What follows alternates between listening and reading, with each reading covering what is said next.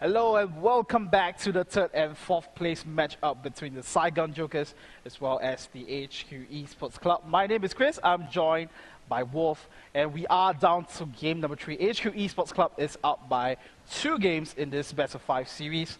And you know, for those of you who have missed the games, if there's anything that I would like to point out, it's an analogy. I would say that, you know, Saigon Jokers are pretty much like water, and HQ Esports Club is pretty much like a glowing fire, a glowing flame. Okay. Do you get where I'm going with? No, I was actually expecting water and oil, but you know how SAJ can't ever catch up to HQ. But anyway, yes. Okay. You see, for the most part, because SAJ often have the early game lead all the way till midpoint, so it's almost like water dousing down onto a flame. But if you don't have enough water to douse it up, it will just burn harder and burn stronger. So that is HQ Esports Club right there. And Next time you light a flame, I'll try to douse it out for you. no, I mean, you know, if you don't have enough water, then I get it. becomes a I'm problem. just making it. So we are into game number 3. We are just waiting for the players to start off the game here. And I mean, both games, they were relatively close, but it's always at that key crucial part that Saigon Jokers, they can't really find the closing to the game, I feel. I don't know, whoever SAJ's coaches or whoever are SAJ supporters, you probably be pulling your hair asking SAJ, Saigon Jokers, why can't you close out in the mid-game? That's what your comp is supposed to do, close out in the mid-game. So they always bring it up to 55-minute games, and that's when AHQ's comp kind of outscales them. And they lose a team fight due to bad positioning. Stories of game 1, stories of game number 2. Let's hope SAJ can rewrite game number 3. Right, and for the viewers that missed out game number 1 and game number 2, do remember to check out the VODs at gpl.garena.com to see game 1 and game 2 right after tonight to see what exactly went down in the whole chaotic fight in the first 2 games. So, meanwhile, back to this game. Good segue there, Chris. Very good segue. The perks of being a caster. So anyway, back into this game, looking at the bans now. So both teams going back to what went down in game number 2, but Saigon Jokers now giving a whole lot of respect to that Dr. Mundo pick as well as that Kassadin pick, so not too surprising. And HQ Esports Club going for what they banned out in game number 1 when they were on the purple team, so not too surprising on their own end. And now Saigon Jokers, they are the ones with the first pick. Let's see what they prioritize in that aspect. Yeah, so judging by both the team comps that SAJ decided to bring out in game number 1 at least, I think one of the key things that they really need to change is that I felt that they had very good mid-game aggression. Yeah. I mean, the early game is pretty much a toss-up to whichever team kind of just wins out, especially in the snowballing nature of the jungle or jungle meta in the Southeast Asian scene in itself. If you guys didn't know, a lot of our, or at least all of our junglers, now that I think about it, are extremely aggressive coming in. So what I feel that SAJ needs to change in their team comp for game number 3 is pick an AD carry that can push extremely hard. Pick Jinx if you can, it's banned out. So pick Caitlyn, or Sivir, someone that can push extremely hard to the turrets. So they do pick up Gragas. Optimus does an extremely good job on Gragas in game number 2. Yes, he kind of whiffed that last explosive cast in that final fight, and that kind of costed them a little bit, but nevertheless, still very strong overall. So what we have here, once again, Prize is on the Shyvana. I don't think you want to pick the Tryndamere into the Shyvana again. We saw how detrimental it can be past the 40-minute mark. And at this point of time, Garnet Devil extremely comfortable on Lucian in itself, so not going to be too surprised if they decide to pick it up. But like I said, I think what SAJ needs to kind of change for themselves is an AD carry that can really push in and siege turrets very effectively. Right, and for that Gragas first pick, it's almost like a good news, bad news thing. The good news is you will deny that away from Westall, so that's one of his most comfortable champion being taken away. But the bad news is you just effectively gave away 2 power picks away to HQ Esports Club. In turn, they will take up the Shyvana and that Lucian as well. So very strong powerhouse picks coming in from HQ Esports Club. And Optimus now hovering over the area. I don't think that will be locked in. I don't know. If they do, it's hashtag throwback to season 2. I would love to see that come into play, but it's a very risky pick. Yeah, I think Renekton would be the better choice coming in for this game. We may see them switch it up with a Riven. I don't think so. So not going to be the Riven. It's going to be the Renekton as well as Vi combination, top lane Renekton, mid lane Gragas as well as jungle Vi. That's going to be very effective coming in for your initiation. So will SAJ pull off a all-out hard engage AoE initiate comp for this game this time? Let's just see what they decide to do. Something that I want to say about this Vi pick, we haven't seen that very often especially in the recent weeks, but I have to say that she is still very viable. Still very viable indeed. I'm not going to work on that one. that joke speaks for itself anyway. So let's take a look at what HQ decides to lock in. It does seem that Green Tea is extremely, or at least more comfortable in Leona. I mean, we saw Green Tea pull off fantastic Solar Flare initiates at that point of time as well. And now that Naz picks up the Olaf again, we saw how scary Olaf can be in game number 1. We saw how scary Shyvana can be in game number 2. So they're not really changing things up a bit. This seems to be the formula that works for HQ. So far, it has won them the team fights. And as I say this, they do switch up the AD carry, but to an AD carry that, I don't know. We have not seen in a very, very, very We've seen long time. We've just not seen him in the AD carry role. And if they lock in Zilean, wow, they do lock in Zilean, so I think we have a game on our hands, ladies and gentlemen. Okay. Whoa, Jinx. Now you can't speak until I say your name, Chris. And there you go. So anyway, this is going to be really interesting. I mean, wow. How does Kog'Maw and Zilean fit into this team? I mean, Renekton as well as Vi will benefit from the speed boost coming in from Zilean itself, but outside of that, this lane from SAJ is an extremely squishy lane. Yeah. And the thing about picking that Kog'Maw in as well is that the biggest weakness for marksmen now is that you are very prone to a position where you are just exposed to those very tanky champions. And in that sense, HQ Esports Club, they have exactly those answers to it. You know, you do have that Olaf who will be able to just charge right into your face with that Ragnarok, so he will not be just stopped by any form of crowd control capabilities. And then you do have the Shyvana as well, so a lot of sticking on potential from HQ Esports Club to just maul their face into Archie's face there. And the other... Maul your face into Archie's face. Yeah, just... You get what I mean. So, yes, I do get what you mean. And the other risk as well is that for Archie, you don't have necessarily an escape mechanism like a relentless pursuit like what Lucian has.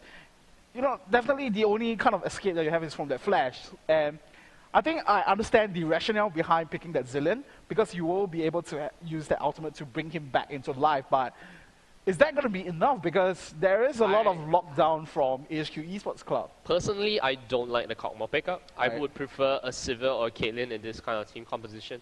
And if you're going for some poke and peel, you should have kind of just suited the rest of your team comp to fit that way. Maybe pick up a Nidalee in the mid lane, maybe in the top lane, get someone else, not Renekton maybe. And I don't know what Kog'Maw is going to do in this team comp. I'm not going to question the decisions of the pro players at this point in time. Maybe they've practiced this team comp specifically. Yes. Maybe they've practiced the lane specifically. And let's just see how it kind of goes. Let's kind of talk about AHQ. We saw Shyvana game number 2. We saw Olaf game number 1. Both very tanky, stick onto the opponent champion's kind of characters. And that has been working out for them. So top lane and jungle, rock solid. Not a Malphite, but still rock solid. Yes. Westdoor has been performing alright, I feel. Yeah. I mean, AHQ has the choice of fielding Mr. Albis instead, but of course, for all 3 games so far, it's been Westdoor.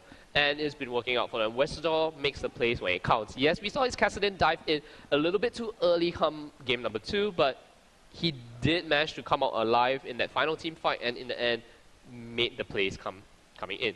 Garnet Devil, we saw in game number 2, or we saw in the entirety of the GPL, extremely comfortable on Lucian, so I'm not going to doubt him on that one. And finally, we saw how well Green Tea can play Leona in game number 1. So HQ's team comp is something that they are extremely comfortable with, and it has worked so far because they won games number 1 and games number 2. So I'm just going to say that if this game, if it kind of plays out naturally, the only wildcard here will be the bot lane of SAJ. It's going to be Kog'Maw as well as Zilean. So whatever they have here is just going to kind of, I don't know, either put AHQ a little bit on tilt or just completely flat out not work and they lose.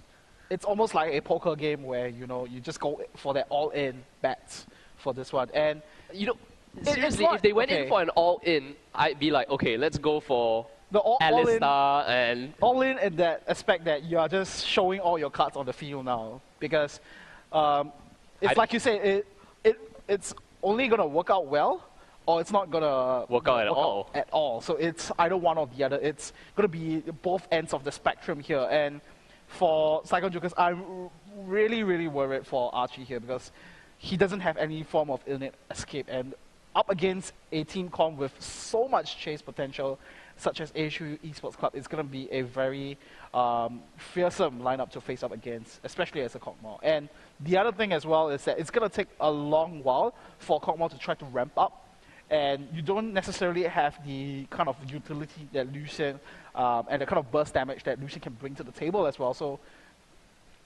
really all or nothing for him. Yeah, I kind of know what's the plan here from SAJ in itself. And it does seem that Archie wants to kind of channel his inner Chinese New Year festivity spirit coming in for this game. It's a little bit early though. So. Yeah, a little bit early. I don't know if they do celebrate Chinese New Year there in Vietnam, but maybe he just wants to get prosperous this game and win game number 3.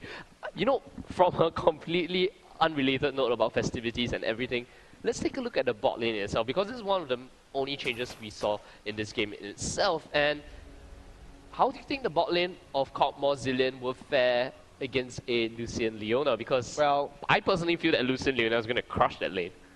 Well, they have to keep their distance. That's what it is, because if they get into range with what Green Tea has installed for them, that's going to be a very risky situation where they will be in. And like we always emphasize, Archie does not have an innate escape mechanism, and that's going to be one of the biggest considerations coming into this game. But nevertheless, I like safety on Vi, because you are pretty much guaranteed a level 6 gank no matter what happens with the assault and battery pickup.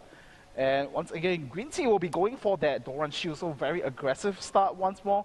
Will be staying in lane to be that all-tanky support champion that he likes to be in. Yeah, why? I don't get it. I mean, 30 seconds until minions What do you not get, spawn. Wolf?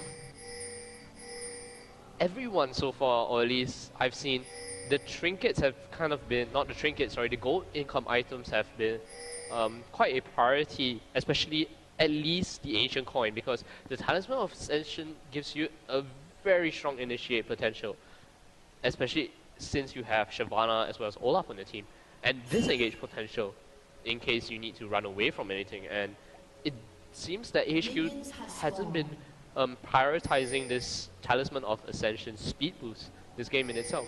Well, I guess in a sense, if you have that Doran shield on your own end, it just gives you that guaranteed trade-off as well. And when you're playing Leona, what your biggest fear will be is that you'll get nuked down before you actually made that engage happen. So having that Doran shield gives you that extra health, gives you that extra HP regen as well. So you will be able to somewhat stay in lane very effectively, and that will just give you more chances to go in with the engage. And does look like Saigon Jokers, they will be pulling one strategy off their bat here. So they will be going for that 2v1 lane swap. And in that sense, between both QTV and Prides, they shouldn't be doing too badly in a 2v1 situation, but a little more credit to QTV in that sense. You have that that Q to kind of just heal yourself back up, and then you have that slice and dice to help you escape any sticky situations here. Yeah, we may see some aggression coming in from Optimus in itself. He may want to try to chase Naz off the red buff though, so let's just see if Naz decides to go back for that one. QTV will rotate down into the lane itself, but we do have Green Tea as well as Scarlet Devil come in and give the support in which Naz needs. Here we have safety actually already done with the buffs itself, and we'll just continue to try to counter jungle as much as possible away from HQ Esports. Right, that was a very good move from Saigon Jokers there to try to buy some time for safety up in the top lane and the top side jungle of HQ Esports Club, so that he could hit level 3 faster and take away the double buffs as well. So we might see a potential 3-on-1 up in the top lane, but I feel like they are just comfortable just pushing out the wave and then sieging away at the top lane turret, which is very important for Saigon Jokers, especially now that they have this Kog'Maw in their pick and in this arsenal. I don't know, because for the past 2 games, it does seem that what SAJ needed in the team form was to close out mid-game, or at least early late game stage, and not allow HQ's team comp to ramp up in the super late game. But this time though, Kog'Maw's kind of a hyper carry, quote unquote, and the moment you have Kog'Maw late game, you're able to go in with that missiles as well as the percent HP damage on his W, and that's going to just give you a lot of damage. Yeah, that's right. The living archery as well as the bio arcane barrage. So I don't know what SAG can do at this point of time. It seems that this early game aggression coming from the tri lane, or at least with safety coming up to the top, is already being met by Naz as well as Price itself. Olaf is one of the champions that can actually deal with these kind of pushes, because he does have the undertow to try to clear as much of the minion waves as possible and just kind of help out your top laner itself. So here we have Green Tea actually taken a bit of damage. He does not get hit by the turret though, so now safety will rotate down to the bottom lane and try to help out his teammate QTV to try to sustain as long as possible in the lane itself. Well, I guess the other reason for the lane swap as well is a very simple logic, and before that we do see Junie in a bit of trouble. He will flash away to safety there. So the logic behind it is that Junie and Archie, they are both on ranged champions, so in that sense they will be able to kind of put a good amount of damage onto the top lane turret. Whereas you compare that to God of Devil and Green Tea. Green Tea is on Leona, so he is playing that melee champion. He might not be able to do as much damage as compared to a 2v1 in a 2v1 situation. So in that sense, it does make sense for SHG to initiate this lane swap as well. And at the same time, they do escape the bullying potential of Garnet Devil as well as Green Tea. So, like, okay, if you compare the top lane turret now, it's at half health, and at bottom lane turret, it's not so much, and we do have that engage up in the top lane. Yeah, the undertow will hit onto Archie. Archie now in a bit of trouble. He does have his flash up though. The barrier may be popped as well. The undertow may come out once more. Does not decide to go against it. Archie gets hit by another undertow. He has to be careful. His Oriban, his flash does have the barrier still up, and it does seem that what you're talking about, the 2v1 here, isn't really working in favor of SHA at all. Yes, they did do a little bit of damage onto the turret in itself, but the amount of aggression that Price as well as Naz can put onto a lane that has completely no innate escape outside of that speed boost, it just isn't working in SAJ's favor from what I see so far. Right, and I guess in a sense it's a very good reactive move from AHQ Esports Club, because they recognize the fact that whatever happens, Saigon Jokers up in the top lane will be able to push faster than their own duel down in the bottom lane. So they need to put on constant aggression, and by blowing the flash of Archie, you will force him to play more defensively, put him in a position where he's uncomfortable, and by doing that you will be able to somewhat slow down the push and slow down this fast push that Saigon Jokers want to output onto the side of AHQ Esports Club there.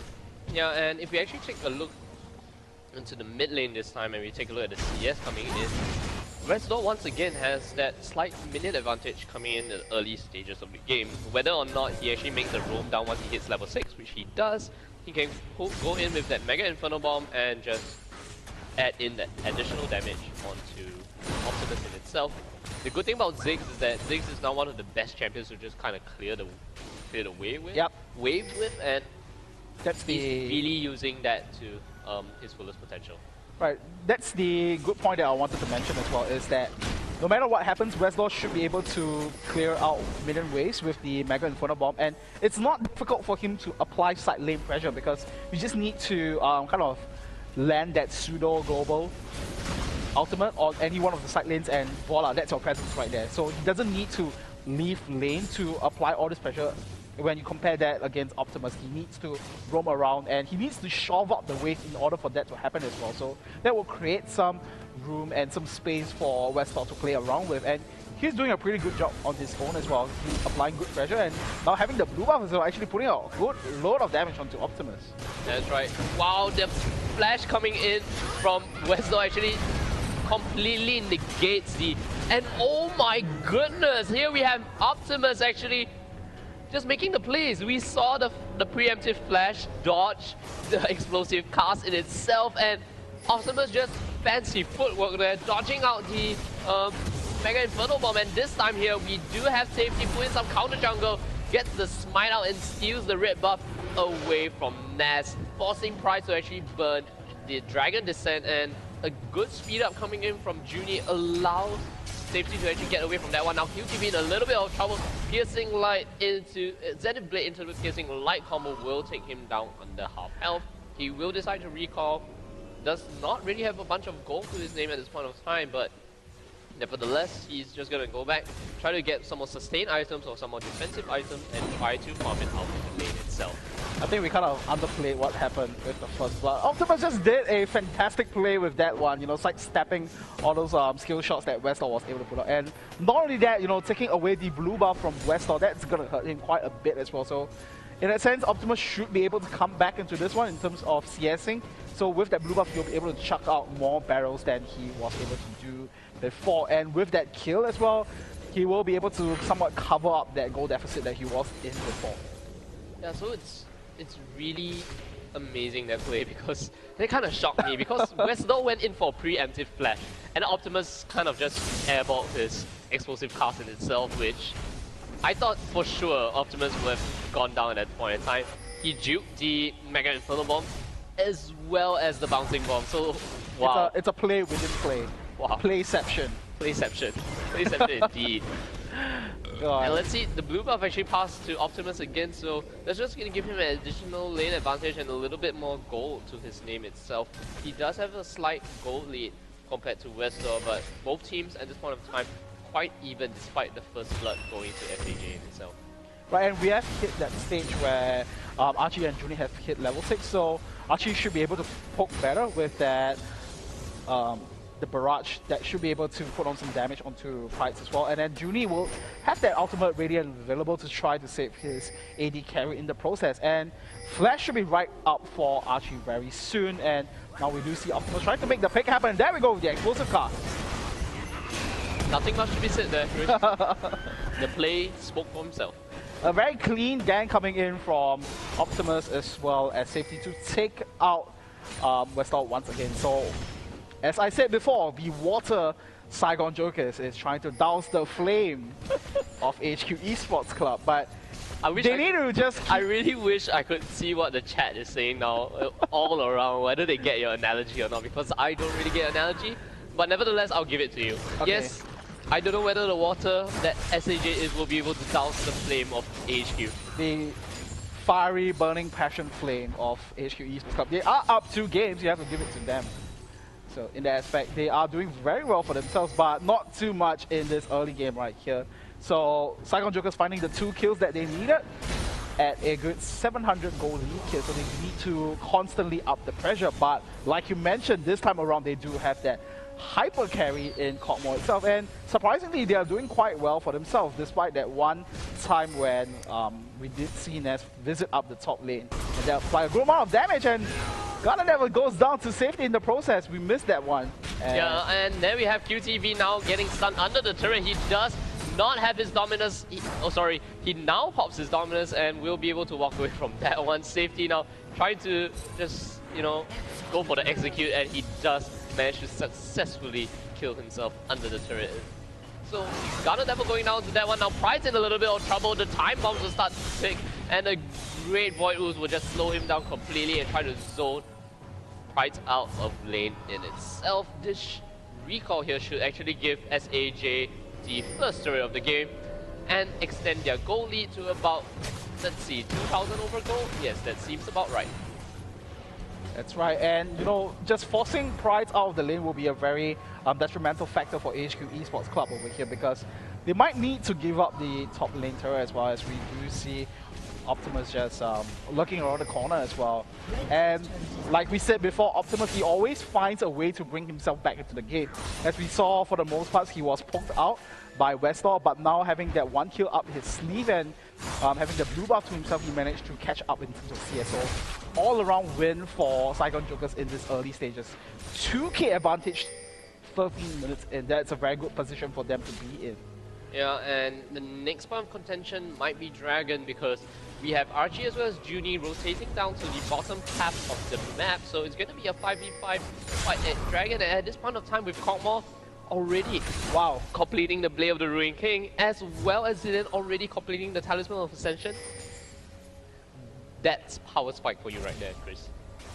And a 13-minute power spike, I have to say they have a lot of raw power on their own end. So as long as they play out this Baron fight, sorry, not Baron fight, Dragon fight effectively, they should be able to take it without much risk there. And QTV as well, he does have the Dominus backup. So everyone having their key summoners up as well. So it will be a very advantageous position for Saigon Jokers to be in. So AHQ seeing that they will decide to try to buy some time for themselves, but if Saigon Jokers position well, they should be able to take the Dragon out with ease. I have to say something, Optimus is already level 11, and having that level 2 on your ultimate is going to be a huge difference compared to what Westall has at this point in time. The Mega Inferno Ball is not even up just yet, and now Price gets caught out a little bit. The Assault Battery comes in into the explosive cast, and the Body Slam will just prevent Price from actually using the Dragon's Descent to get away. Now Naz on the side is taken out extremely low. Safety will go down, but no, he doesn't because of the ultimate coming in from Zillion. The oh my goodness, everything actually missing on the side of Green Tea. Doesn't get the Solar Flare in, and this point of time, SAJ takes the fight to nothing. And it does seem that HQ may respond with a mid lane push of their own. The Mega Photobomb comes in a little bit too late. Nevertheless, SAJ picks up that one. 5 kills to the name, 1 turret as well as 1 dragon. They extend their gold lead to about 4,000 gold at this point of time. And I must say that SAJ, I questioned their early game power in the beginning of this match, but it does seem that they managed to get the ball rolling. Right, and hopefully this time around with that Kog'Maw in their own arsenal, having their early Blade of the Ruined King completed on his own end should be able to be the difference that they need to close out game number 3 for themselves here. So we can't discount HQ at this point of time yet. They, you know, for the most part in the early game stages for game 1 and game number 2, they were always behind, and they managed to find a way to claw themselves back into this one. But at this stage, I have to, you know, say that Saigon Jokers, they are playing this fantastically. They control the objectives, get the kills that they want, 1 turret down to their name and 1 dragon as well. So everything is going in their favor just so far into this one. So they need to be careful, just progress on and find all these little advantages that they need to snowball themselves ahead in this game. Now, I think another additional factor that we need to consider is that HQ hasn't been making the best plays come in the early level games as well, and Saigon Jokers have done pretty well to actually kind of capitalize on it, because HQ had that dual bottom lane against QTVs. Oh, we do have aggression coming in. Safety gets into the Vault Breaker, does not manage to hit onto the prop. A solid battery comes out, and now QTV will go in, but the stun from Green Tea will prevent him from using the Ruthless Predator to lock down Garnet Devil. Naz as well as Junie was still on the sidelines, and that may have turned out into a very messy fight if anything did break out there. Right, so that was a small moment of sloppiness coming in from Saigon Jokers there, but nevertheless, they just effectively demonstrated the amount of pick that they could do on their own end as well. But for now, Safety doesn't have the Assault and Battery, so... Oh! Wow! That misplay there, Junie taken down extremely low. They do manage to get a kill out of that one though. But at this point of time, Optimus now joins the fight, doesn't get a good explosive cast to knock anyone back. Now Safety solely out of position, using that Vault Breaker to get away, but gets shut down from the Mega Inferno Bomb. Now RJ in a bit of trouble, gets hit by the Zenith Blade, does manage to flash away from that one, gets exhausted, gets hit by the... And now we have QTV come in. Now Price gets into the turret. Archie is still alive. Will the Ignite be able to take him down? Yes, it seems like that's the case. But Price will go down as well. And it does seem that SAJ will be able to trade this fight 2-3. And it seems that they may have the turret pressure onto this one. QTV is still extremely healthy. Optimus is still full of mana and able to kind of just chuck as many of those barrels into Westall's face as possible. The game has been paused, and probably some technical difficulties on the side of either team in itself. So let's just kind of talk about what happened in that fight, or let's kind of do a rain check, or okay, let's maybe not a rain check, but let's take a look at what happened in that fight. Right, so what happened here? Actually, what happened was that Green Team missed that Solar Flare, but with so much damage stacked on the side of HQ, they just managed to take out Junie as well, and Archie just doing his best to poke around and kite around, making sure that he is in a good position to do so. And here's the key thing. The explosive cast was not in a very good position, and because of that, Safety took a huge amount of damage in the exchange. The shutdown will go down to Westlaw there, and Archie is now faced with a position where he was exposed to the lines of HQ Esports Club. So he will take a whole lot of damage, and now QTV from the sides will flank in with the Dominus, so he will take, sorry, not take out Green Tea, but he will put the lines of HQ low enough for Optimus to pick up the kill. And Pride secures the kill with the Ignite, but he will also go down in exchange. I think what happened there was that HQ was a little bit overzealous in trying to get onto Archie. Yep. They did manage to pick up the kill, but they did lose Pride, as well as I believe Nas in that fight as well. So a little bit too greedy going in from the Kog'Maw there, but nevertheless they still do. Neither team managed to pick up an objective out of that one. SAJ still keeps the 3,000 gold lead that they've held on to for a while now, so not much was actually got out of that team fight. So let's just see if another fight at mid breaks out once more. We do have Price actually split pushing in the top lane. Safety is on the sidelines. Probably will respond to that tower push. Nas decides to pick up the blue buff for himself, and Safety will be happy to clear out that huge minion wave.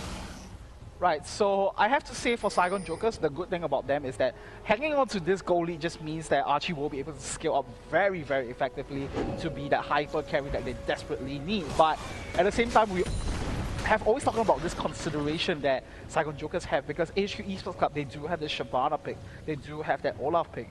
They could easily just stick onto Archie very effectively. So that is the big major threat, and in this current preseason meta where a lot of teams are just prioritizing all these mobile tanks, it's going to be a problem for SHA to deal with. So I think the strategy that they will be deploying here is to protect the Kog'Maw. Yeah,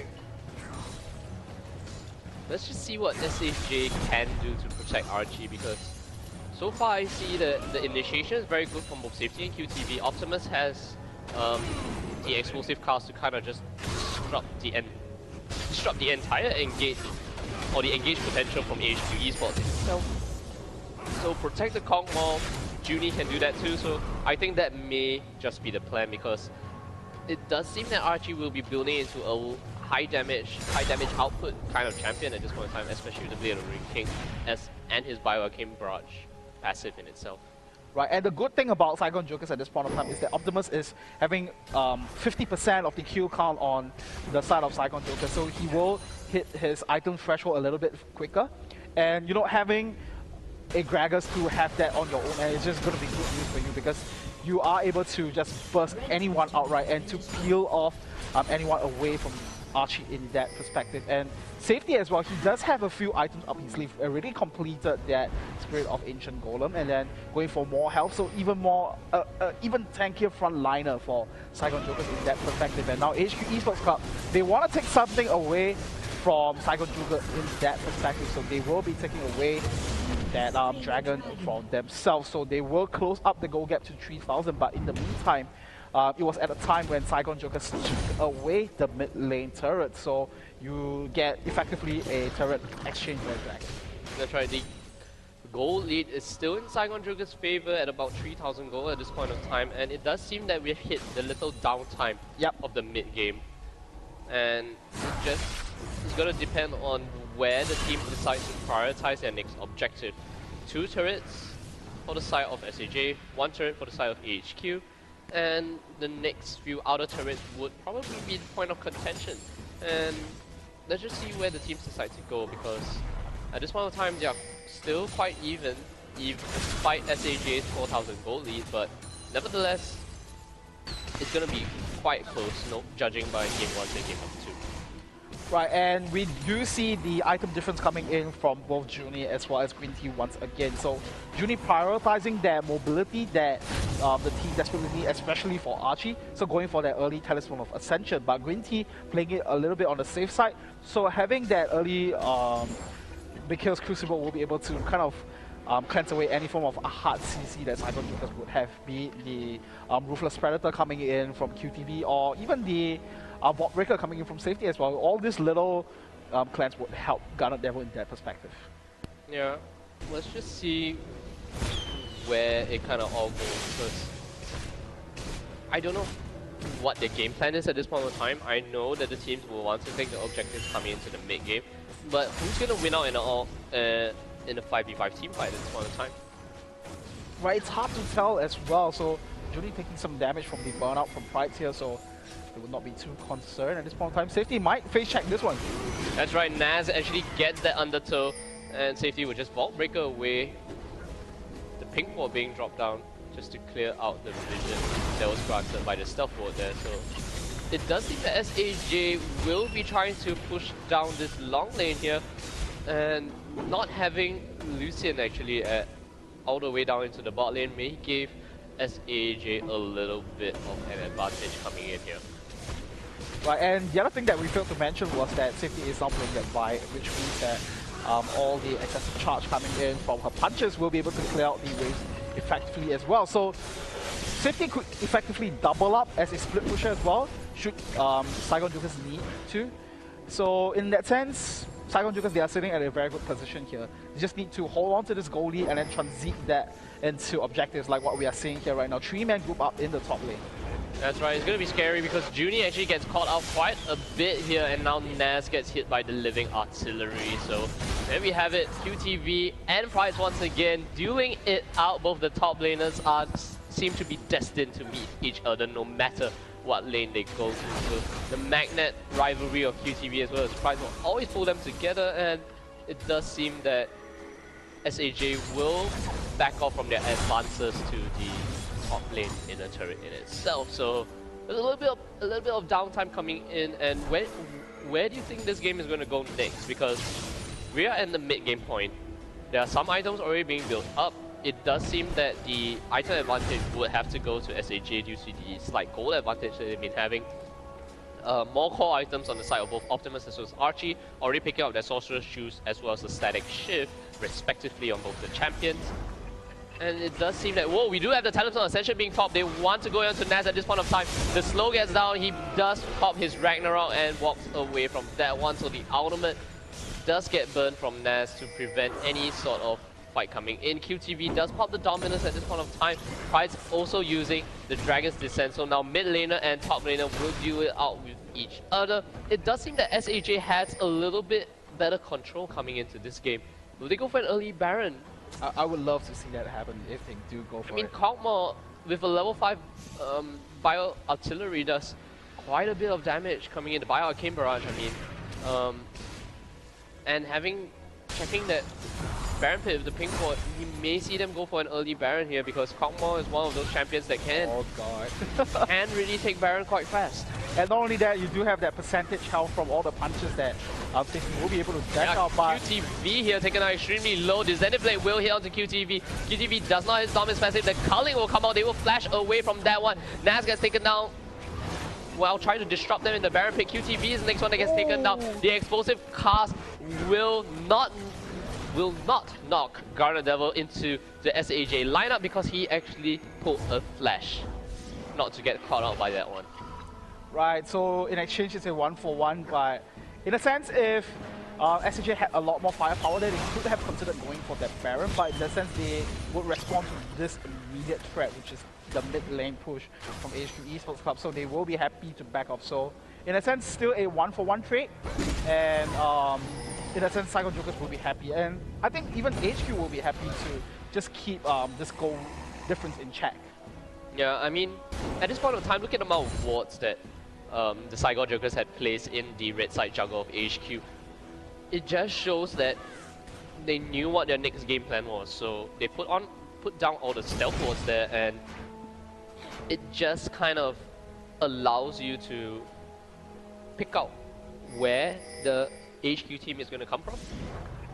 And they made the right call going for Baron. They peeled off immediately. They didn't lose QTV. While QTV was kind of trying to slow the HQ out. In the meantime, HQ picks up the Dragon. The little pink ward in that Death Rush there. Whoa, we do have that Solar Flare come in. Optimus will be able to body slam away as well as get that speed boost from Junie. So all in all, the teams are just going to go back into taking small objectives, clearing the minion waves, No more Dragon, Baron is still up. SAJ seems to be confident enough to go for the Baron at this point of time. I think what SAJ needs to do next is either push down a lane, which is what QTV is doing, and he does take out the final out of the turret, and at the same time try to get as much vision as possible. Right, so speaking of vision as well, the only one on the side of Saigon Jokers that has that sweeping lens is going to be safety. So in a sense, they are just maintaining vision by using all their own stealth modes. Oh, there we go, the Dragon's Descent not going to be hitting anyone in that sense. So QTV will be able to somewhat stay in the lane for this one. And I really hope to see SAJ, you know, just go in with their gamble and take out the Baron. It's a very risky move, but in a sense, if it does work, it will pay out for them. It is exactly what happened in game number 1, so they're able to pull out that aspect that will work out very well for them. And the other thing as well is that we do see Optimus now 5-0 and 2 finishing up that death cap rating. So even though Westlaw does have his own death cap as well, we do see a slight advantage coming in from Optimus. He does have that sorcery shoe. So between both mid laners, not a very big difference. So it's primarily all this CS difference that's keeping Westlaw alive in this one. So once again, he is the one to be the pillar for HQ Esports Club here. Yeah, both the mid laners are basically one of the, like you said, the pillars of the team. And additionally, I think Garnet Devil as well as Archie is another one of them. Then we have Green Tea get caught out completely. The assault battery will be flashed away from. He does still get that one though. Archie does pick up the kill to that one. Now Junie taken out extremely low. He does not use his ultimate though, so that's gonna be Archie in a bunch of trouble at this point of time. Archie actually survives that one by popping his Baron. Now QTV into the fray. Garnet Devil nearly taken out extremely low. Now Price is the next target there. I think Price should go down to this one. Now Naz will be in a little bit of trouble here. Does get hit. Ooh. Does not get hit by the Vault Breaker, I must say. Wow. And turns around, throws the undertow and manages to get away. So a little bit of a mistake coming in from safety here. Not lining up the Vault Breaker did into Naz's face. Right, so overall it's a 2-for-1 exchange here, and we might see Saigon Jokers start work on Baron straight away. And it is a 3-for-4 fight here, and with safety and Archie both alive, they have a lot of percentage health damage on their own end, but they have to be wary about HQ Esports Club, especially Archie. He is, you know, just toying with his life here, just a good 1/3 HP on his own end here, and does feel like Saigon Jokers will play it a bit safer this time around. They will back away from the Baron pit.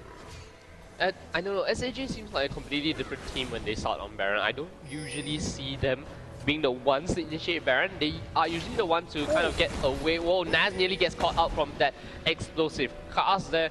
But nevertheless, I think Optimus just wanted to clear the minion wave out. So as I was saying, it's slightly different, a different SAJ team you're seeing here. You're usually not the one to actually go in and start the Baron. They're usually the one that says, okay, we don't prioritize Baron, instead we prioritize our lanes. And as I talk about this one, Naz gets taken out extremely low. Optimus now has to body slam away to get out of the turret range in itself. QTV and Price once again gonna duel it out, this time in the top lane. And it's just gonna be the battle of the two bruisers there. So Archie now, having completed that last Whisper, will be able to take down turrets with ease, and at the same time is going to start to level up his Caustic Spittle, and this Caustic Spittle will allow Kog'Maw to actually gain that passive attack speed buff and allow him to constantly hammer away at the turrets. Right, so we are hitting that choke point where Saigon Jokers struggled for the most part for game number 1 and game number 2. So once again, it's always up to HQ Esports Club. If they can find the right engages, I feel like they are the kind that once they find the opening, they will just hang on to it like hounds, you know, just biting on any form of little slab of meat that they can find. And in that sense, HQ Esports Club, that has worked very well for them in game 1 and game number 2. It's always that one epic clash between both teams. They will win that and then push for victory here. So we might see that happening once again for this game. So in a sense, we have to give credits to HQ Esports Club because they always manage to keep the goalie in check. Yeah, Junie in a little bit of trouble there. Does not use his ultimate at this point in time, the Chrono Shift, and he would just walk away from that one. A little bit of action coming in the mid lane. Archie actually gets caught out. The Mega Follow-One will come in, and it seems that Archie will be able to survive that one with the ultimate coming in from the Chrono Shift. The first one to get taken down will be Optimus. Now Green Tea as well as West both taken down very low. Garnet Devil is in a little bit of trouble. QTV will try to chase that one. He goes in with the counter meek on top of the flash, and it does seem that both Green Tea as well as West are taken down very low. Will QTV decide to turn around? He does turn around. No kills for QTV at this point of time, and it does seem that there's more fights coming along here. Safety will try to get away with the Volt Breaker, which he will do it. The flash ahead of the Volt Breaker, and a flash from Safety himself will allow him to actually get out of that one. I can see the fire burning in HQ East Club right now. They are reaching the point where they find that, you know, we are sick and tired of waiting. We are going to bring the fight to you, and that was exactly what happened. And they will translate that into one mid lane turret for themselves. So once again, closing the goal gap and stopping the bleeding in this one. So SAJ now only has a 1,000 advantage, and if HQ Esports Club picks up this dragon for themselves, we will be back on ground zero, and you know, all this goal gap will be negated again. Yep, exactly back on point. Both teams are equal again, 33 minutes in. Yeah, that's right. It's going to be very scary for SAJ having the lead. They try to force 2 Baron initiates, and then we have the Assault and Battery coming out. Green Sea taken out extremely low. The Mega Inferno Bomb will come in and only clip them onto the side. That snipe will come in from Optimus using the explosive cast to destroy Green Tea in itself. I don't agree with a Baron attempt at this point of time. You do not have that disengage that you need from Optimus. You do not have the ultimates coming in from Safety. And it does seem that SAJ share my values as well, or share my thoughts at least. And they would just decide to group up in the mid lane, try to push as much as possible. It doesn't seem like that's the case. They just want to pull out some lane pressure. And Optimus will be sent to the bot lane to try to pick up as much farm as possible. And look at how much Westdoor is ahead of Optimus. 339 CS compared to 296. So about 40 CS difference. And that has allowed him to actually pick up Zhonya's Hourglass first, as compared to what Optimus has at this point in time. Right, so he is ahead of gold in here, and having that Zhonya's gold definitely helped him up a lot more. So we do see that little goal difference separating both Optimus and Westdoor in that perspective. And once again, Saigon Jokers, they need to be in a position where they can pressure HQ in the right form here. And it does feel like the team composition for HQ Esports Club is starting to flourish, because we see that Pride and they are the ones bringing the fight to Saigon Jokers there, and then they are able to stick on to the carries, namely both Archie as well as Optimus. And it is a position where Saigon Jokers need to reconsider their strategy. Well, what happened in that last fight was that Archie immediately got caught out by the Solar Flare coming in from Green Tea. Problem was that Archie didn't have flash. So if now, with all the summoners up on the side of at least Archie in itself, you can see that once again a great Solar Flare initiate, and Archie would just, now, does have the Chrono Shift to bring him back to life. I don't know if he is able to actually escape from that one. He does flash over the wall, gets the Void Ooze down. Will Naz be able to follow on that one? QTV is now in the back lines. Optimus will try to get into the fight as well. Now, Pride's being a big pain in the butt. At this point of time, Safety will duel it out with Naz. It does seem that Safety will get the better of that one. Yes, he does get a kill, but in a triple kill actually, and now Westdoor will be the one to pick up the shutdown as well as the double kill. So what a play coming in, because Safety managed to zone out 3 members on the side of HQ. Right, that was a 2-for-3 exchange as well, and we will have a replay to see what exactly went down in the process. And once again, at the very same corner, we do see Archie getting called out with the Solar Flare. Colin gets popped, everything gets used onto Archie there, so he will die, but the Chrono Shift will bring him back to life. And Pride's once again trying to stick on to Optimus now, and now Archie will pull off a max range flash over the wall to get himself into safety. And QTV, like you mentioned, just zoning out everyone on the HQ Esports Club there. And we do see the flank coming in from Safety right at the side to pick up 2 kills respectively. And so he will take out Green Tea in the process, and with so much damage on his own end, he will take out the kill. And Westdoor in the meantime just poking away at Saigon Jokers there, so he will pick up 2 kills next time. Still a very close game at this point of time. That win there in the lane, in the fight itself, just kind of allowed SAJ to pick up that slight gold lead once again, holding the gold lead at about 1,000 gold, and it's just gonna be anyone's game. Now we have Garnet that will actually just getting hit by QTV. I don't know why QTV was so far ahead of his entire team and went in on that one. I didn't understand what he was trying to achieve there. He pays for his life onto that one, pops his Dominus. And this gives AHQ a very good chance of actually attempting Baron at this point of time. They do not have the vision coming onto the entrance points mainly. The sweeping lens on the side, or the greater lens on the side of Green Tea, should be able to clear out the ward if he actually manages to spot it out. But outside of that, it does seem that it's going to be another low point in this game where the teams will start farming it up. I have to question what QTV was doing there so far ahead, going on to Scarlet level. A little bit of miscommunication, perhaps. Right, should be the case over there. And since we have a little bit of a downtime, let's talk a little bit about the trinket choices.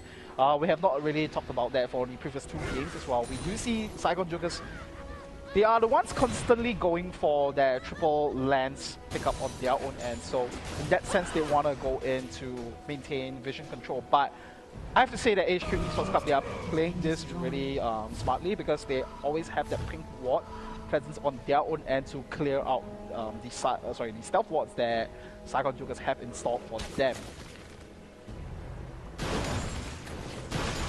There's a little bit of downtime coming in. The lenses, like you said, being used, I wouldn't say quite effectively by SAJ, because the vision control for AHQ is still pretty rampant. But nevertheless, the vision wars, whoever actually wins in the vision wars will be able to kind of get an advantage, at least when it comes to a team fight.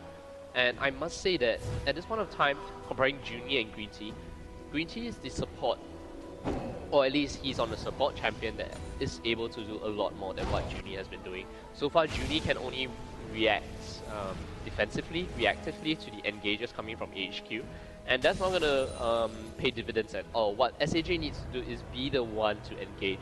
Go in with QTV, go in with safety, and try their best to actually instigate either Wester or Garnet Devil, because the instigate potential of safety as well as Optimus is very high. Assault and Battery and Bolt Breaker into the explosive cast in itself is going to be extremely effective. Right. Also, at the same time, I feel that they need to focus down on the target, because every time Optimal pulls off a great explosive cast, then Saigon Joker suddenly becomes a very lost team. They don't really know how to follow up onto that. And speaking of follow up, we might see a fight break out here. That's why safety actually gets hit quite a bit there now. Pride's there. The solar flare does miss and completely airballs. Hits no one, doesn't even get the slow off. So one ultimate down on the side of HQ. This is one of a good timing window for SAJ to actually go in for the initiate. The cooldown is 75 seconds, so they have about a minute to decide what they want to do. They aren't grouping up as 5, so they aren't going to really make full use of this downtime here from Green Tea. So far, both the fights, or both the previous 2 fights, have been started off by that solar flare. A great solar flare to Archie just completely rendered him useless in the team fight. And I mean, who wouldn't focus on Cockmore that has a Last Whisper, Static Shift, Blade of Ruin King, and parts of the Trinity Force at this point of time. So now the 60 seconds will be up in another half a minute or so. It does seem that SAJ will need to use this timing in itself to try to initiate on to HQ. But the question is, will they decide to go in under the turret itself? Because if they stand here any longer, it's just going to be deja vu all over again if Green Tea manages to get the solar flare. The solar flare will be back up in a few more seconds. It's going to be 4, 3, 2, 1, and once again, HQ has the upper hand in terms of initiation. Right, and this is the difference that we're talking about from Game 1 and Game number 2, because for Saigon Jokers, what they have at least on their own end is this hyper carry that comes in the form of Cockmore, but he has been inside of the fire that HQ Esports Club. They are always focusing their fire down onto him there, so he needs to be a position where he can chuck it down effectively. But between Saigon Jokers and HQ Esports Club, Saigon Jokers do not necessarily have the best peel for Archie at this point of time, and so much potential for HQ to just instigate within that perspective. And we are reaching a point where we are starting to see that it's a bit stagnant because of the fact that HQ Esports Club, they are just very comfortable farming up, trying to extend their goalie, make sure that they have all their IT thresholds being completed before going in to find the fight. You have to remember they are still 5 kills down in this one. But in a sense, we do see the fact that they are at a goal advantage here. The first time in many games here tonight, and in that sense, they need to start capitalizing on that, because if they are the ones caught out in a bad position, and if they are the ones to go down in the team fight, then this hyper carry Kog'Maw is just gonna destroy and demolish their base here. Yeah, Archie has already completed Infinity Edge at this point of time, and it does seem that SAJ is kind of at a loss of what to do, because they don't have, I would say they don't really have good siege, and they just need to lay a trap for HQ, I feel, because the minion, sorry, the pushing potential, or at least the clear minion wave clear potential coming in from Gauntlet Devil and Westlaw is definitely superior to Optimus as well as Archie. But Westlaw is almost like the one-man show to clear out the waves here, because he has reached a point where he has a lot of ability power on his own end here, so he should be able to clear out the waves relatively quickly. 6 item Ziggs, 43 minutes in, so that's going to be something that we need to take a look at. And Optimus doesn't have his 6th item just yet, so that's one whole item behind on the side of Saigon Jokers. Right, so it's going to be quite difficult for Saigon Jokers to actually siege up any of this major objectives at this point of time, and they might want to try to find something else to look at, like the possibility of sending actually safety to go and split push, but that will also put them at some risk here if HQ forces an engage on them. So they are at a point where they really can't make anything much happen. They just need to look for the opening. Actually, both teams are just looking for openings in terms of mistakes, but they're just so cautious in this one, and it's especially frustrating for Saigon Jokers because they are still down by 2 games. We always have to remember that. So in that sense, they want to be the ones to close out the game in this one. So this waiting game might translate into mental pressure, and that's when they might start making mistakes. That's right, we see the greater lens being put to work here at this point of time. And what's going on now is that it's almost like a waiting game, yeah. Yeah, it's a waiting game, but the ward clear coming in from SAJ is pretty superior compared to the amount of wards the HQ can put down. They have put down so many stealth wards in this one long lane brush here in the mid lane, and it's just been constantly cleared out just because of how low the cooldowns on this greater lens are. 60-second cooldowns on the greater lens, so every 60 seconds effectively you can clear out an area of vision for yourself. So once again, this Baron dance is going to happen, and let's just see how long this Baron dance will kind of play out, because it does seem that HQ will be going in for a mid lane push at this point of time, and SAJ needs to react to this one. Right, we do have Saigon Jokers do actually have a big minion wave pushing down at the bottom lane, so they might wait for that to actually take place here. And once again, HQ Esports Club, they want to find the fight at the choke point here. That is where Saigon Jokers generally they have some positional mistakes there. But Saigon Jokers, once again, they are the ones playing it smart here. They want to find the fight that they want to, and in a sense, they are not going for the fight here. They want to put on some pressure, and there we go, the Talisman of Ascension actually, but that will get instantly negated with that Undertow in the way. Yeah, it's okay, because Talisman of Ascension itself has a very low cooldown to 60 seconds on that speed boost, so there we have it. That big minion wave you were talking about is actually pushing in favor of Saigon Jokers, and they take the first inner turret of the game, and that kind of pulls back the goal lead to about 2,000. Oh! A great ultimate come in, and now Optimus is in a bunch of trouble. Archie is on the sideline, gets taken out extremely low.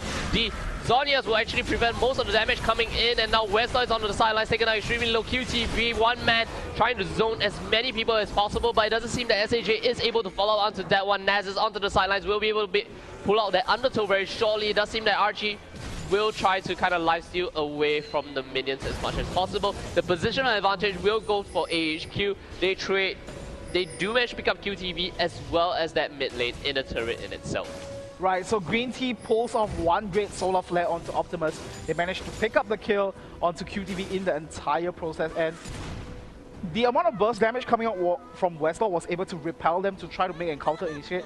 And in that sense, Archie got brought down so low that he was unable to be in a position to try to have any output of damage at all. So in that sense, HQ Esports Club came out ahead. They took down the mid lane second tier turret as well. And Saigon Jokers, they are looking to respond to take out the dragon. This should be an easy dragon on their own end, so they will try to bridge the goal gap once again. But we are approaching that 15-minute mark once again. It's going to be at a point where the goal gap is not going to be too significant. And in that sense, the only difference between Game 1, Game 2 and this game is that Saigon Jokers, they are the ones with that goal deficit this time around. And the other difference as well is that they do have that hyper carry Kog'Maw. So if they're able to just provide space for him to maneuver around and land those auto attacks one after the other, then I would say that SAJ still has a very good fighting chance back into this one. You know what I feel SAJ needs to do at this point of time? They really need to just get their late game 6 items and then fight AHQ. Because at this point of time, the item advantage coming in from the AHQ squad in itself is, at this moment, quite superior. They have their gold lead, they have the minion lead, and it does seem that their composition is more suited to going in for that engaging at this point of time. We saw how tanky Price can get. He's already at that stage of the game, nearly completing his 6th item, has a slot for the wards at this point of time. Once Price gets that Guardian's Angel, it's going to be very hard to stop him. Naz is reaching that point as well, has pieces of the Sunfire Cape, and will try to actually zone safety out of the Baron Pit itself. Safety doing some fancy footwork here, dodging out the Undertow, and it seems that this little Baron dance is just going to continue all over again. So a little bit of a downtime coming in. But nevertheless, HQ seems to be confident. This choke point again, they really need to be careful because it's so easy to land the solar flare in these very small areas in itself. So SAJ wants to get the positional advantage onto Baron, but this gives AHQ full reign over this mid lane in itself. Okay, I found the alternate side of this argument about trinkets. You know, usually we say that the team with all the lenses should be able to win out in the vision war. But as you're approaching this 6 item build, you are forcing your opponent to make a choice. Because no matter what happens, the trinket is still on the 7th slot. In that sense, you can still put down that ward to, just get some vision control in that sense, especially at the point at the Baron Pit when you want to spot out where your opponent is. And you compare that to the lens, you're not really getting any vision out of it. And if you want to maintain that, control in that vision, you need to have that ward in control. And because of that, if you don't have that slot for those wards, then you are eventually just giving up all this ward control. Yeah, I agree. I mean, I don't think any one of us actually said that having more lenses allows you to win the game. I think more lenses just allows you to deny more vision. But that being said, if you are in a bad position, especially when you try to de-ward, that's going to give such a good advantage onto the enemy team. And I think Optimus actually heard your cries, Chris, because he decided to swap his red trinket back to the warning totem once again. And, having that ward presence on the map itself is something that Saigon Jokers need at this point in time. They only have 1-2 wards on the map. And look at the amount of pink wards, or at least the vision wards that HQ is able to use. Right now, a lot of the pink resources have been going into this Baron Pit, and I don't know whether that's the right call because HQ can just easily clear it out, and that time bomb did nothing. It was not even a flicker, it was just like, oh, okay, there's a bomb. I didn't realize. Nothing at all to Price itself, so... Yeah, and in the sense, if you have those lenses, it would take a few auto attacks to try to clear out those wards. And within that few split seconds, HQ should be able to find the opening to catch anyone out of position. Seriously, that's the answer to the yellow trinket, red trinket game is get the blue trinket. The Scrying Orb, right? Yeah, just get the Scrying Orb, or the Greater Orb, or whatever the final upgrade is called, whatever orb is called. And then we have the initiate out to Westdog, puts the Zhonya's out at this point of time. Will Westdog be able to get away from that one? Doesn't seem that that's the case. Westdog goes down first, shut down onto Archie, and there we have the initiate coming from SAJ. Will they be able to follow up on that one? So the silence has been broken, it does feel like Saigon Jokers, the other ones to have the upper hand. And that was a pretty stylish move right there with Westlaw popping Zhonya's mid-air, and eventually he did go down the process, but Saigon Jokers, they are not able to make anything out of this kill. They need to make something happen, translate that into an objective. If not, once again, once we get Westlaw back into this game, that is going to be spelling disastrous for Saigon Jokers at this point of time. Yeah, 40 seconds before Westlaw actually comes up, and it does seem that, you know, SAJ would want to take off a turret at least out of this one. Archie does have the Bio Arcane Barrage and is able to kind of take down. And whoa, we do have the Initiate coming out to Garden Devil this time. Garden Devil will cleanse that one away. Price uses the Dragon's Descent, get exhausted in the middle of the team fight. Archie is still on the outside trying to deal as much damage as possible. Westlaw hasn't come back up in that fight yet. The Guardian's Angel, not the Guardian's Angel, the Chrono Ship will actually be picked out of the safety. Safety will go down. The Chrono Ship actually being used there. Hasn't died off just yet, so the Guardian Angel will fall at this point of time. No kills just yet. Westlaw will be coming out in another 5 seconds. Does have his Mega Inferno Ball. SAJ need to hightail it out of there at this point of time. Right, they need to make the grand escape for themselves, but in the meantime, it does feel like it will create some space for HQ to actually take down the Baron. And with Saigon Jokers, everyone being so low there, that might be a problem for them, but Optimus is just right around the corner. This is a very risky maneuvers for Saigon Jokers at this point of time. Yeah, they need to stall out this Baron because the Initiate from safety will probably go down to this one. He does not. The Chrono Shift is back up once again, but they're not actually trying to target safety at all. Here we have Optimus actually popping the Zhonyas at this point of time. He does use the explosive cast. He's now in a horrible position. Gets exhausted, pops the flash, gets the body slam, but a max range Zenith Blade will actually catch Optimus out. There's a bit of spectator lag happening at this point of time, and there we have the pause coming in the middle of the team fight. Oh my goodness. Dramatic pause. Third and fourth place. Will this be the end of the road for Saigon Jokers? Optimus once again. Oh my goodness. Okay, so it's 5, 4, 3, 2, 1. I'm getting ready for my play-by-play cast. Will Optimus go down? The Guardian Angels will be coming out at this point of time. He does not survive as expected. No one else actually dies off of that one. QTV is actually set on the split push mission. He will try to put as much pressure onto the lane in itself. We do have the 3-man going back to base, trying to heal as much as possible. The Baron buff will be picked up by the red team. HQ Esports Club pick up the first Baron of the game, 53 minutes in. The gold count at this point of time is still at 2,000 with HQ Esports Club at 80,000 gold at this point of time because 2,000 gold does not matter anymore. Right, the brave conquest coming in from HQ Esports Club finally secures them the Baron, but Saigon Jokers will be looking to respond to this one. They will take away the Dragon in the process, and this late in Dragons are very, very valuable, so that will give 260 gold to every member. But once again, 6 item builds on almost everyone on both teams. That's not going to matter too much, and Saigon Jokers might be looking to pull off something fancy here, and it might work.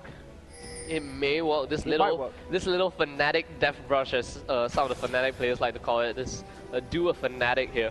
So let's just see if it actually pays off because they just wasted some time. Yeah, they wasted some time, but HQ wasn't able to get any map pressure in that point of time, so SAJ cannot fight a Baron buff HQ. They need to wait for the Baron buff to tick away. They need to get their 6 items up, and the moment Baron buff has expired, we should see SAJ pull out a fight. At this point of time, HQ will be very happy to just kind of push down as much as possible now. QTB taken down extremely low, down to half HP. It does seem that Price will actually walk away with a ticking time bomb. That's not going to do much damage to him, as we can see.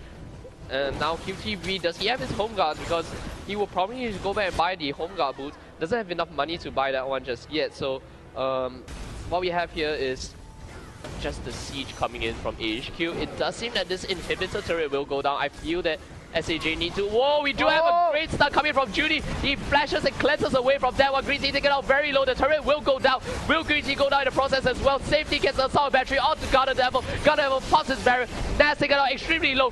Price now in the back line trying to do as much damage as possible. QTV still managed to survive that one. The Guardian's Angel is pop onto Garden Devil. Nas as well as Westlaw will be forced to run away. SAJ actually take the fight against a Baron buffed up HQ. Right, that was a disastrous team fight for HQ Esports Club that day. I think they just overextended their welcome there. So Saigon Jokers, they are the ones to come up ahead in that one 3-1 exchange.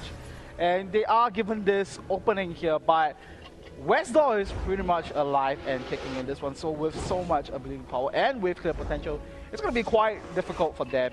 And just to point out, ladies and gentlemen, Westdoor has 520 CS of his sleeves here. As we go into a replay to see exactly what happened in that one. So what happened was that a great solar flare will catch Archie out, but he will use the Mercurius Scepter to just cleanse away that one. And Greenkey just got brought right back into the fray, and with the burst damage coming in from Optimus as well as the DPS coming in from Archie, they managed to do a lot of damage, and Safety jumps right back into the back line. And having so much tanky items on his end, he was able to buy a lot of time. And we do see Price jumping right back into the fray with the Dragon's Descent, but only to get locked up by QTV in the process. And Archie actually using the Living Artillery to take out the Guardian Angels from Garnet Devil, and he will just you know, get picked off. And Junie almost going down in the process, but at the end of the day, it's a 3-for-1 exchange. Yeah, it is a 3-for-1 exchange, and now the Baron buff has been taken away from 3 members. Westdoor, as well as Nas, still has that Baron buff up, is going to take away at this point of time, so both teams are extremely even now. It's going to hit the 100k gold mark, and let's see which member, or at least which champion on the Fields of Justice or Summoner's Rift in itself does not have 6 items. It's almost like in every closing ends of the stages for Saigon Jokers, they always have some epic long game, such as this one, because I think the longest game in the history of GPL was a 72-minute game between SAJ and Bangkok Titans. And I think we are just trying to vie for the record right here. No, I remember an even longer game that actually happened this season. I can't remember which 2 teams, but it went on for 76 minutes. Wow. We might be fighting for that record over here. Well, 60 minutes. We are approaching the 60-minute mark, and it might happen soon, but at this point of time, Saigon Jokers and HQ, at this point of time, it doesn't really matter. It's back-to-back. Anything can happen. Archie, you're my hero. Oh, there we go, the orb. The first Farsight orb the GPL has ever seen. Let's see if it's any use this game. It might work, dude. It might work. I have no idea, but there we go. The Initiate comes in, a complete airball. I think SAJ needs to completely disengage from this fight. AHQ now with Price in the back lines. QTV taken out extremely low, and let's just see if they can kite back as much as possible. Archie is taken out extremely low. Who has the Chrono Shift now? Archie in a very bad position. Archie will go down to that one. AHQ now, it seems that this is a team fight for SAJ to lose. The Guardian's Angel is popped out to safety. A Max Ray Zenith Blade will hit onto Optimus. Price as well as Optimus. Why is my spectator lagging? Once again, the pulse comes out. What's going on? The play will resume, and now Price will be hitting onto Junie. Optimus is given the speed buff. He will probably walk away from that one. It does seem that now safety is the target for all of them to actually go on to. So it's going to be a 2-for-1 exchange in favor of AHQ Esports. And it does seem that they will be probably pushing down the lane, and no, they're not actually pushing down the lane. They're gonna play it so safe because they know if they lose in the base of SAJ at this point of time, they're gonna lose a Baron buff and probably cost them this game. So HQ just gonna play extremely safe. In another 10 seconds, we're gonna hit the 1 hour mark of this game, and what a night it has been, Chris. What? I was pretty sure that that was the game ending engage there, but I guess I was wrong.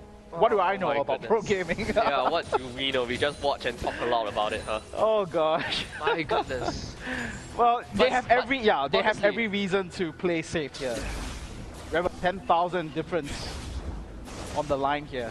Yeah, I like to point out that Junie has picked out a Stark's the Zeke's Herald, sorry. Yeah, Zeke's Herald. Sorry. I love Stark's Fervor, but anyway. Yeah, the Zeke's Herald. So that's gonna give a buff to Archie, safety as well as QTV, and they're just gonna in general benefit from that one. So I think the Baron Dance will just be in order here. Okay, who doesn't have 6 items at this point of time? Okay, the junglers don't have 6 items. The supports don't have 6 items. And that's basically it. Price actually getting caught out a little bit. I don't think he is able to do it. Safety now, and a great block coming in from Price in itself. Safety is now in a bunch of trouble. QTB gets hit by the solar flare, and now let's just see. Safety is the first one to go down, and look at the amount of damage that Mega Inferno Bomb actually dealt to SAJ in itself. This should open up the Baron for AHQ Esports. Westdoor is actually not going for the Baron, but instead going for the inhibitor. So there we have the first inhibitor of the game being taken down at 61 minutes. I'm sorry, that was the first inhibitor?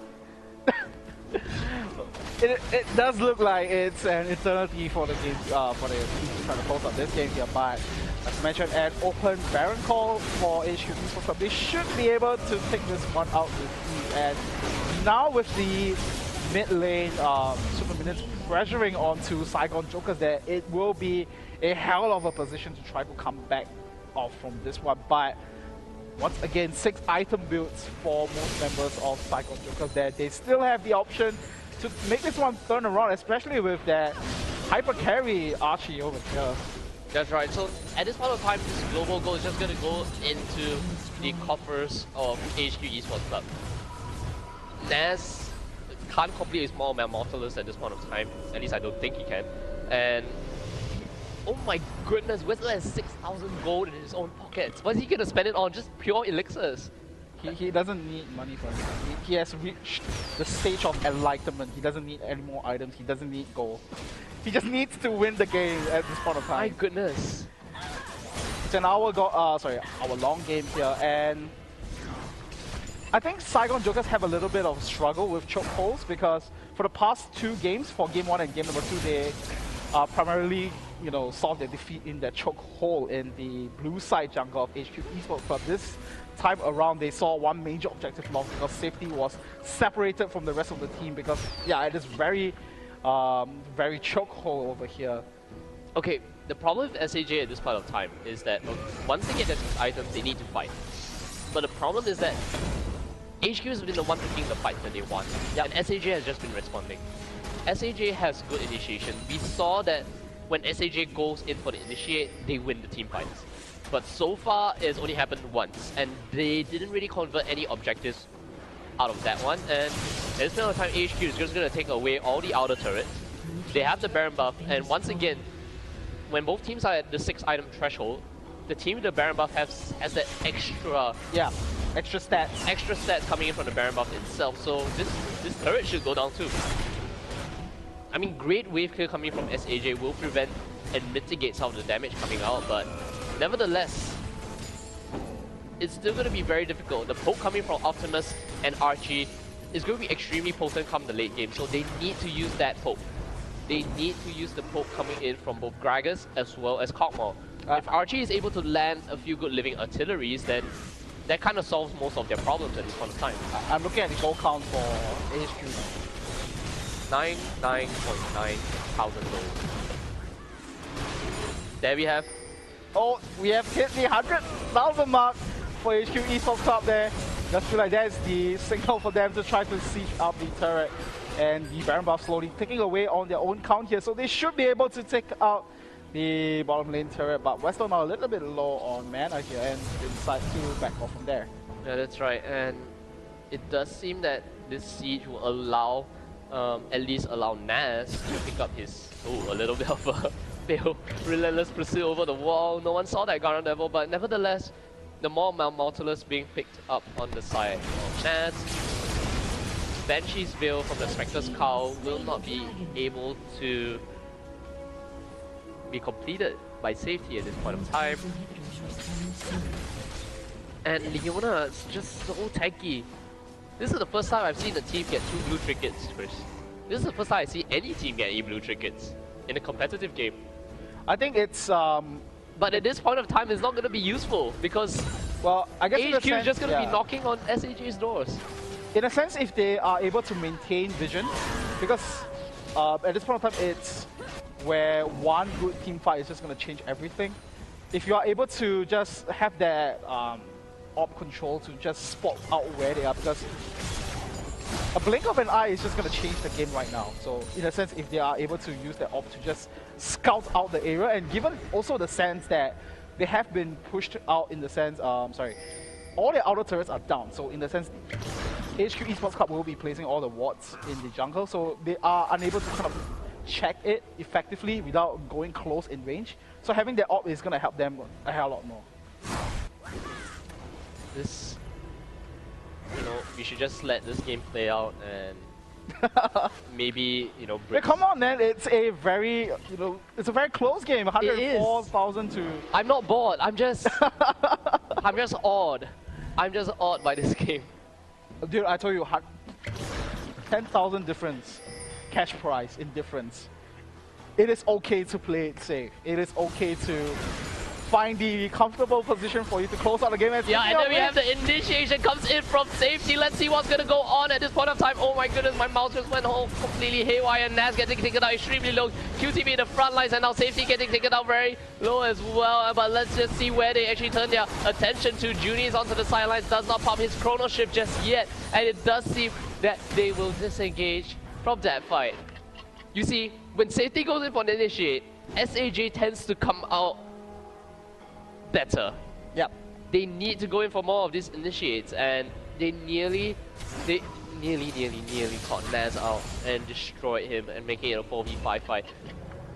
Archie needs to kite as much as possible. Junie needs to protect whoever he needs to protect at this point of time. His chrono shift will bring the health back to 1,100 health. Yeah, he doesn't have any AP up his shoulders yet, and just having that Terror to try to boost up Archie as much as he can, which is rightfully so, because it's at a point where all the hyper carries start to shine. But with so much tanky items coming in from HQ Esports Club, it's so difficult for him to try to make anything happen as well. Yeah, and once again the initiation comes in. Why is my spectator client lagging? The spectator client is tired too. 350 over minute games. We are going to break the record tonight, are we? I don't know. It's still too early to call. Once it hit 80 minutes, then we'll say we have officially broken any sort of 70-minute game record. Okay, and Baron is going to be up in 30 seconds. Can I just say, yes. What a great way to start 2014. What? Yeah, definitely. This is the... What a great way to start 2014. I don't even know what time it is now in Singapore. I don't care because I want to see a game 4. Honestly, I want to see a game 4 because SAJ still can win this. And it seems that safety is always willing to go in for the initiate. And I like the attitude. If safety can constantly use assault and battery off the cooldown, and if SAJ is able to react to that one, Baron is now live once again. Wow, that's going to be a problem. The dance is going to happen very soon as we see the teams actually just move in onto and try to get a positional advantage. The problem here is that SAJ has an explosive inhibitor. HQ can easily end the game out of bad positioning from SAJ. HQ doesn't even need to fight for Baron. They just need to get the positional advantage. Yep. So what SAJ needs to do is respond to the Baron pickup. If they can do that, they win. If they can do that and win a fight at Baron or win a fight outside their own base without getting caught out and initiate, they win. But if, whoa, we do have a flank come in, this is so extremely scary for SAJ. I don't know what either team's going to do at this point of time. 5 greater vision totem? Yeah, 5 greater vision totems is actually being, 4 greater vision totems being picked up on the side of the HQ. A greater stealth totem on the side of SAJ being picked up by QTB itself. And 2 far side orbs. I have to say, this is a great 2014 race. This is going to be so scary. Oh my goodness. I fear for both teams. I fear for SAJ because I won in game number 4. You have to think of it in this perspective because both teams are hitting their 6 item thresholds. They're pretty much playing haven't they hit their 6 item threshold? They are at pretty much their 6 item threshold, with the exception of Junie. Yeah, so he still has that one pick ward up his sleeves there. And they're pretty much playing this blind, and I think that's where the scrying orb is going to start coming to play here. Oh my goodness. What's the record for the longest game in League of Legends? I have no idea. Ever. I would love to know, but it's definitely not this one yet. Because anything can still happen, and actually Westball is a little bit out of position there. He's right back in the base. 8,000 gold. Oh my goodness, SAJ decides to start on the Baron. I don't think they will be able to do the Baron in time. The dominance actually being fought by QTB to actually do it as fast as possible. And there we have the Mega Inferno Bomb coming in. Oh my goodness, they do get the Baron. And now the team fight will start to break out. Price taken out extremely low. The Random's omens are all popped on the side. Price is the first one to go down. He hasn't gone down just yet. He actually gets saved by the Mikhail's Crucible. I don't think that time bomb actually does take him out. It not a time bomb, but instead it's Archie. Garnet Devil is now in a bunch of trouble. The Garnet Angel will be popped. SAJ has that team fight in their hands. They have the Baron buff. Why is my spectator client lagging? Once again, it's another pause. Dramatic oh my pause. goodness. 3, 2, and 1. Resume. Let's just see what SAJ decides to do here, and green team may be caught off guard at this point of time. Safety has half the cooldown of the assault and battery. It is going to come up quite shortly. The Vault Breaker will be used to clear out the minions. Will they be able to catch Westor out of position?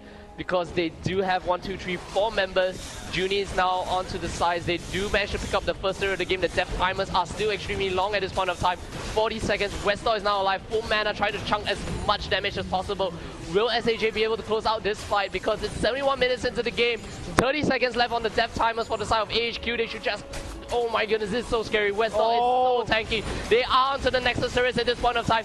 One Nexus turret will go down. The second Nexus turret will go down. The Mega Photobomb will actually get the kill onto QTP at this point of time. The assault battery goes down. Safety will get his guys Angel pop at this point of time. The Saigon Jokers! The Saigon Jokers will be able to pick up game number 3. We are going to game number 4. Wow! Wow! We finally see the closing to the 72-minute long game. Saigon Jokers. Wow. What a game 3. I was supposed to, you know, kind of bring up the finals as well, but with the 3rd and 4th place being so exciting, what's going to happen, man? It's a game in which the team with the fast side ops won. Oh, okay. Fine, fair enough. You can sell that as the selling point here, maybe? It's my goodness. You know what? Let's just take a break. Go on to game number 4 because that game was just I mean, back and so forth. epic.